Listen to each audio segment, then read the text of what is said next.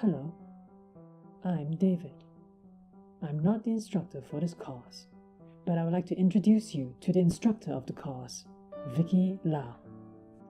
She has worked in the Hollywood film and visual effects industry for many years and was involved in the visual effects and post-production work in television series such as AMC's The Walking Dead, Hemlock Grove, and blockbuster movies such as Marvel's Guardians of the Galaxy, Alice Through the Looking Glass, and the latest Planet of the Apes.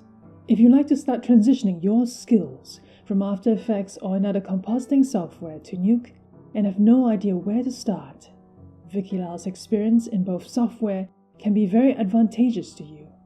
This course offers you both theory and practice on how exactly to transition your skills into Nuke, taking you step by step from importing your files, applying basic effects, through to the render process, ending off with further advice on best practices for the beginner and next steps to take your skills further.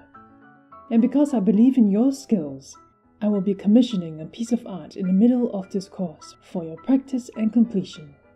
Please, do not disappoint.